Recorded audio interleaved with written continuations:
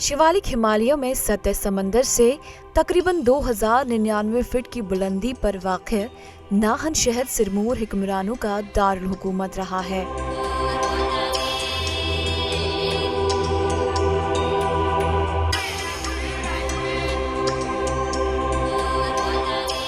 यूं तो नाहन शहर में तारीखी मकामात की कमी नहीं है, लेकिन तारीखी चौगान के बगैर इस शहर का जिक्र बिना मीठे की खीर जैसा है।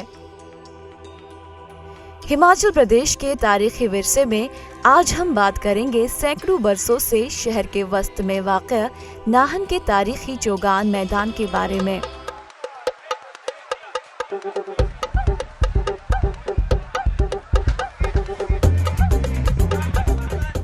वक्त के साथ साथ चौगान की शक्ल भले ही बदल गई हो, लेकिन इसके सीने में ऐसे बहुत से वाक़यात दफन है जो इसकी तारीखी हैसियत बयान करते हैं।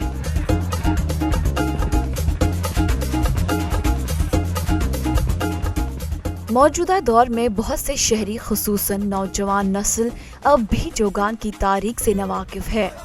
मिसाल के तौर पर जब सिखों के 10वें गुरु गोबिंद सिंह रियासत की महाराजा मेदनी प्रकाश की दावत पर 30 अप्रैल 1685 को नाहन पहुंचे थे तो उनके लश्कर ने चौगान मैदान में ही क़याम किया था। गुरु गोबिंद जी तकरीबन 8 माह तक नाहन शहर में मुकीम थे।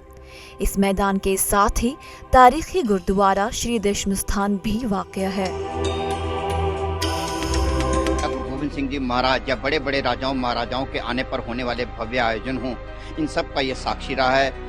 सिखों के लिए चौगान बहुत महत्व रखता है, क्योंकि जब गुरु गोबिंद सिंह जी महाराज तकरीबन 8 महीने 10 दिन जब नाहन की धरती को भाग लगाए, जहां पर उनका गुरुद्वारा दशमेश स्थान नाहन सुशोभित है, तकरीबन साध संगत जी 8 महीने 10 दिन गुरु साहब की जो फौज थी उन्होंने इसके ऐतिहासिक चौगान नाहन के चौगान के अंदर कैंप लगाकर अपना निवास किया। और भी जितनी भी ऐतिहासिक घटनाएं हैं, चाहे वो हमारे आज़ादी के आंदोलन का समा रहा हो, चाहे वो पजौता कांड या और भी कोई भी हमारी घटनाएं हुई, शायद ही कोई ऐसी घटना होगी जो इस नाहन के चौगान से अछूती रही। ये तारीखी मैदान सन 1933 में सिरमौर रियासत के आखिरी महाराजा राजेंद्र प्रकाश के राज तिलक का गवाह भी है। कहा जाता है कि राज तिलक का जश्न इतना शानदार था कि इस मौके पर डकोटा तैयारे से चौगान पर फूल बरसाए गए थे। इसी चौगान मैदान में राजा अपने भारी भरकम हाथियों के साथ जंग के लिए हिकमत अमली तैयार करते थे, जबकि पोलो और क्रिकेट खेलने के शौकीन शाही फैमिली के अरकान के मैचेस भी इसी मैदान में मुनक्किद किए जाते थे। जो चौगान मैदान है, इसका चौगान का नाम पोलो से पड़ा, जिसको अंग्रेजी में घोड़ों का जो खेल होता है पोलो, और उसको पर्शियन में और उर्दू में उसको चौगान बोलते हैं।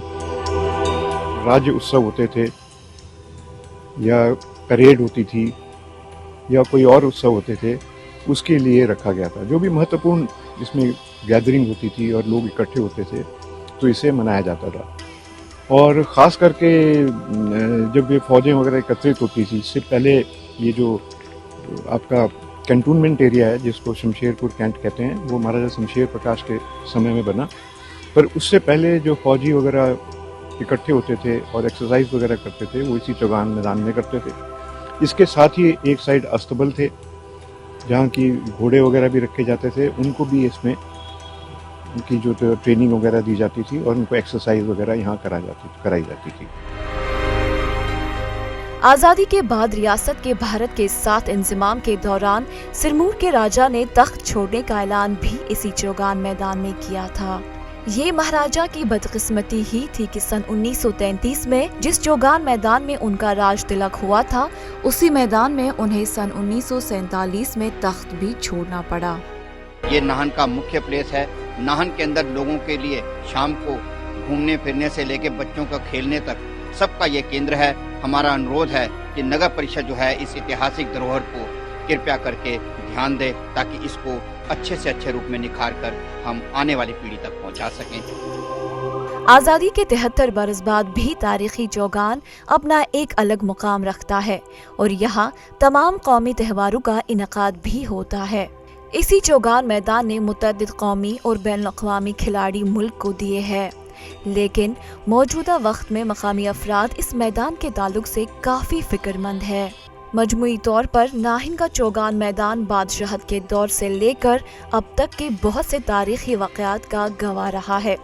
लिहाजा जिला इंतजामिया समेत सिटी काउंसिल को इस तारीखी विरसे की देखभाल के लिए मुनासिब इक़दामात करने की ज़रूरत है ताकि इसकी तारीखी हैसियत को बरकरार रखा जा सके।